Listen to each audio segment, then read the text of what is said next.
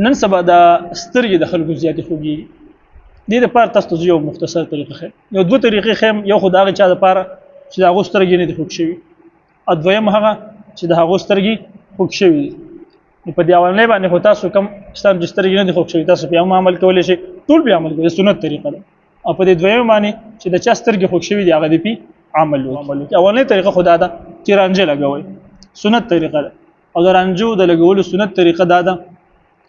د دې دوه درې طریقې دي، خو غوره طریقه پکې دا ده چې درې سلایانې په یو سترګې او درې په بله کې. دا یو غوره طریقه ده. د دې خپل برکت د سنتو تاسو چې په دې کله عمل کوئ انشاءالله د سترګو چې مرضونه انشاءالله دا به نه راځي. دا د سنتو برکت دی.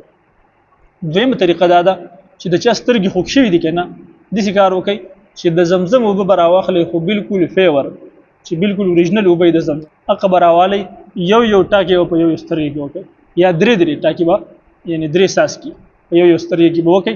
انشاءالله دې سره به دا مسله ختمه انشاءالله.